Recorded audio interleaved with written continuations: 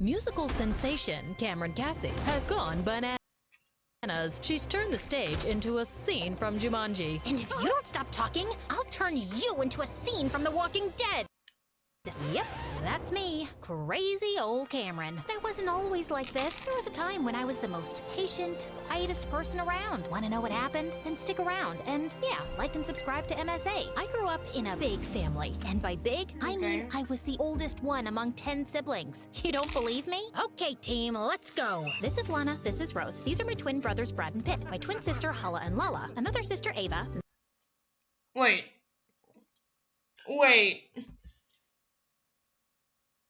Wait, what's the name of the... This is Lana, this is Rose. These are my twin brothers, Brad and Pitt. My twin sister... Why? Hala and Lala. Another sister, Ava, and that's Thanos. Don't ask me why. My parents are huge Avengers fans, and they thought this might be a good idea. Wait, but Thanos? He had so many names, why Thanos? I wanted to know if you guys Of course it's not. You forgot about me. Again. Just like you forgot me in that park last year. I didn't forget you, Liam. You pooped your pants, so I asked you to stay where you were while I looked for an extra pair of diapers. You were the one who ran behind the squirrel. She was cute. And why didn't you just carry an extra pair of diapers? You were 7. You were supposed to be potty trained by then. My parents worked as hospital nurses, so they didn't have a lot of time, and I had to step up and look after the house and my siblings. They also didn't make much money, so whatever little we had was shared between everyone, and because What was the job of your parents again?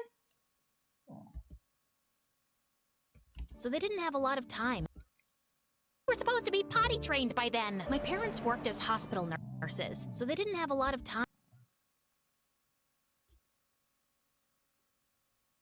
Something here's not right. And I had to step up and look after the house and my siblings. They also didn't make much money, so whatever little we had was shared between everyone, and because I was the oldest, I was made to sacrifice the most. I didn't mind that, though. My parents were already working hard enough, so I did what I could to help them out. But sometimes, I wish I could just get a little space of my own, where I could play my guitar in peace. It was a rusty old thing, but I loved it. In this world so big, give me a place oh so tiny, with nobody screaming or acting whiny. Ah! What the heck was that, guys? Sorry, Pitt started it. No, I didn't. Brad threw his lunch in my face. I didn't throw it at you. I was just throwing it away. Why? Because it's tasteless. I want pizza. I want pizza too. Did someone say pizza? No one's getting pizza. Go inside and finish your veggies or no TV for a whole week. So, yeah, things weren't peachy at home.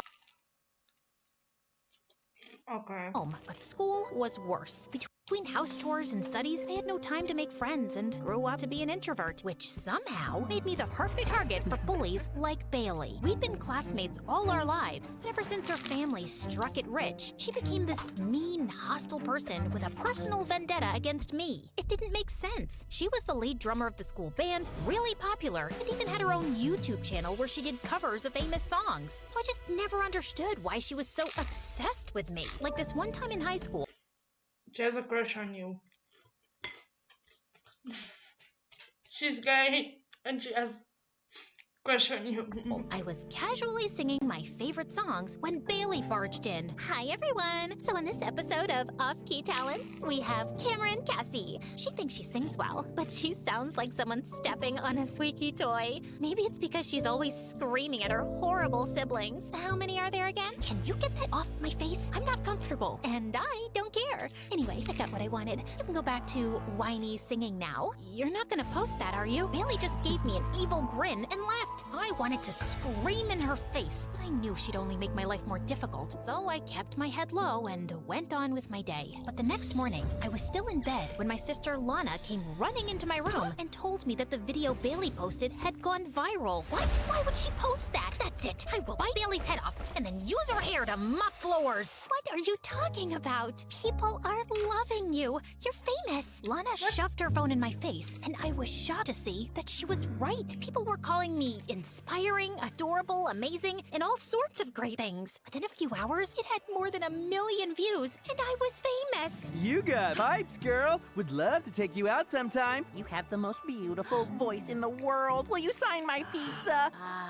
Sure. Bailey sat in a corner, looking totally humiliated, and it was the best day of my life. I was debating whether to thank her or kill her for posting my video without asking me, when suddenly my phone rang. It was some lady who told me that Tucker Wayne, owner of one of the biggest talent agencies in the world, wanted to see me.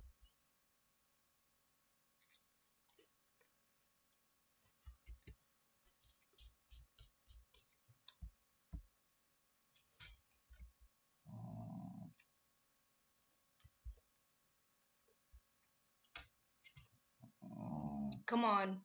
It's the second time.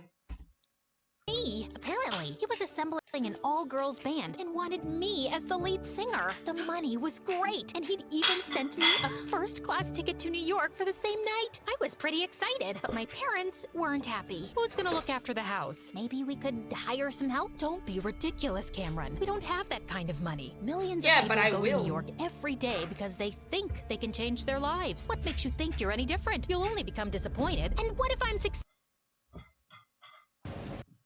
Get out. successful? This opportunity could change our lives. Fine, do what you want, but don't come sulking back to me when you fail at this stupid music thing. I was hurt that my parents didn't support me, but I knew this was my one chance to turn things around. So I packed my bags and left for New York that night. When I arrived, a limo Like, whisked this me is away. so bad. This is so bad. Like, they expect her to be like there the rest of her life? To the most stunning building I'd ever seen. Mr. Tucker greeted me warmly and gave me a tour of the studio. The first day of recording was an absolute blast. Everything seemed to be falling into place until a few days later, I was chilling in my hotel room when the door flung open and Bailey walked in. Ah! Bailey? What are you doing here? Your drummer had to drop out because of personal reasons. So Tucker called me in. Why? What do you mean, why? Because I'm talented, you butt face? Talented in making my life miserable? Ooh. Someone grew a tongue while I was away. Relax, that was school. But this is real life. I won't bully my own teammate. You can take my word for it. As soon as Bailey left, I spoke to Tucker and he confirmed Bailey's story. He asked me if I was okay with it, and I wanted to say no, but Bailey was insanely talented, so I let it slide. But the next day, I regretted every bit of my decision. Not only was Bailey somehow more annoying, she was also really controlling. She gave me notes on my singing and would stop the recording every 2 seconds because she wasn't feeling the music. Then one time, in the middle of a performance, she changed the notes to my solo on the spot. What are you doing? Improvising?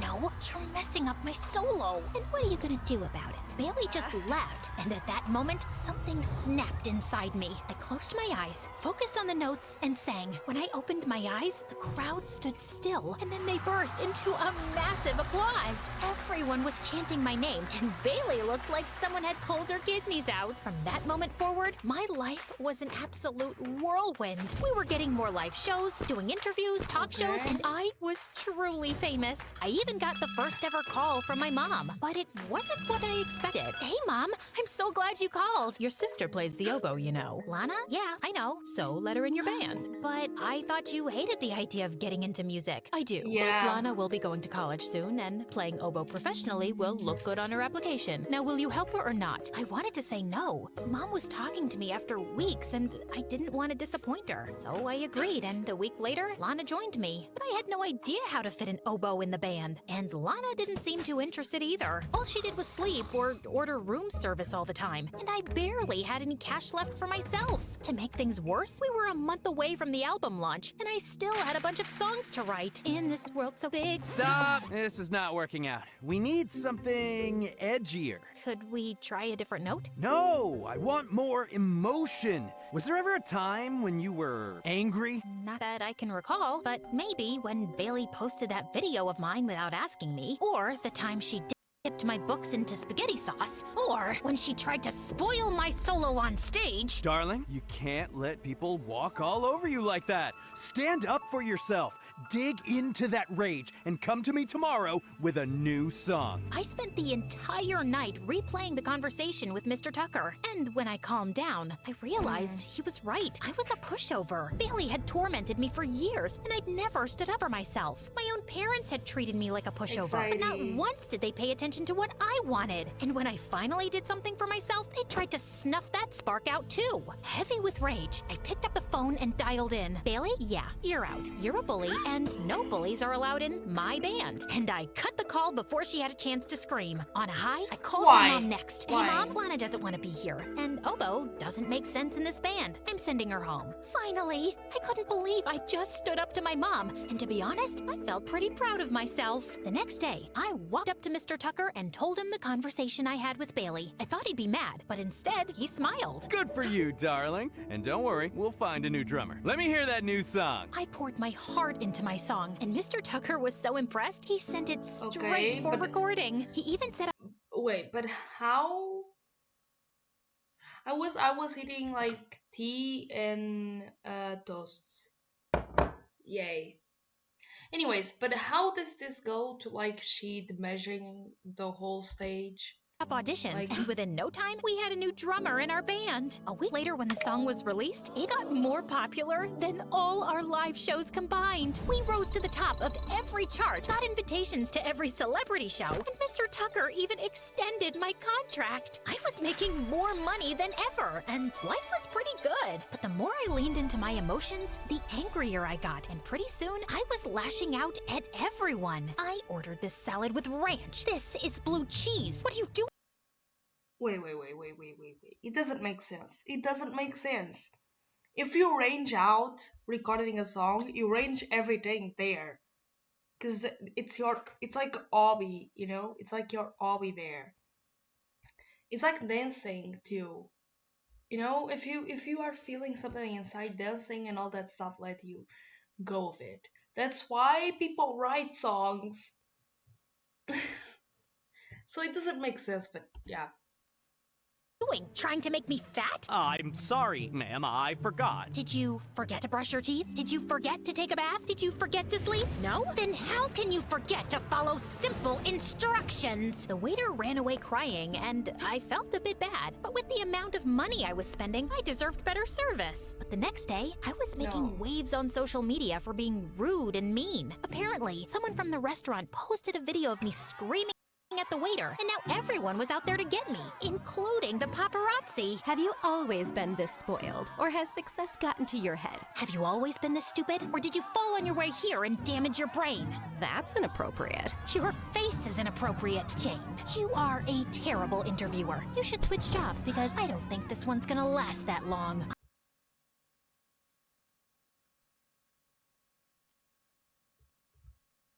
What? I was mad with Doesn't make power, sense. and no matter how much people called me out for it, I just didn't care. I partied like there was no tomorrow, shopped like a crazy person. I was finally living my life the way I wanted to. I didn't even care about showing up at work, and my bandmates tried to warn me, but I was the star of the show. No one would replace me. I thought I was untouchable, until one day, I walked into the studio and saw Bailey in the recording room. What is she doing here? Oh no, this is awkward. I was gonna tell you, but you're off the band, Cameron. Since when? And why? Because you're a loose cannon, and I can't let you tarnish my reputation anymore. But I did what you asked me to do, and now you're kicking me out? I'm the star of the band. You can't replace me. Honey, everyone is replaceable in showbiz. Now, bye-bye. Have a nice life. I was stunned. Just like Bailey and my mom, Tucker had manipulated and used me. I felt betrayed, but I had no time to sulk. I wanted to show these suckers what I was made of. So I tapped into my network to find a new label, but no one was ready to take me on, thanks to my negative image. And while I struggled Yeah, like girl, that was so stupid. to find work, Bailey rose to fame. She was having her first ever solo concert, and it was completely sold out. I couldn't let her win this time, so I crashed her concert, sneaked my way to the stage, and right before Bailey was about to sit down for her performance, I pushed her away. What are you doing? Stealing your thunder, just like you stole mine for years. Cameron's back, baby! I kicked over her drums, and in a moment of pure rage, I grabbed the guitar and Okay, this is- smashed it to okay. pieces. Some of the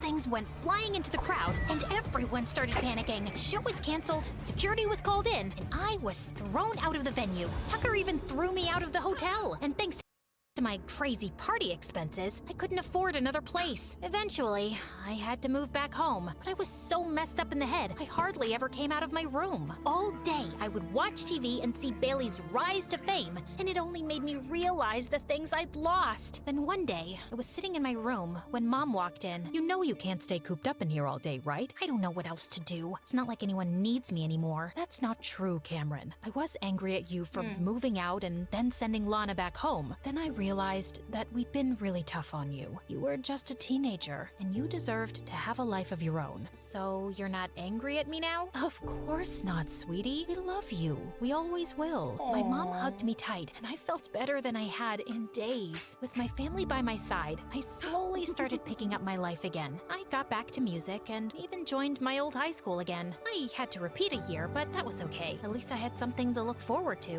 One day, while playing in the backyard, one of my sisters recorded a video of me and posted it on YouTube. It went viral again. People were amazed by my transformation and started requesting my old songs. So I played them. Soon, I started getting calls from agencies. One of them asked me if I could perform my singles at their show. The pay was good, the venue was close to home, so I agreed. As I got Okay. ready backstage, someone tapped on my shoulder. Mr. Tucker. Great to see you, kid. You've been doing well. Ever thought about coming back? Aren't you working with Bailey now? Yes, but she's boring. You're so much better. I will double your pay if you want. Think about it. As tempting as it was, there was one thing I'd learned in my time in New York. Never let anyone walk over you. So I immediately called Bailey and gave her a rundown of what had happened.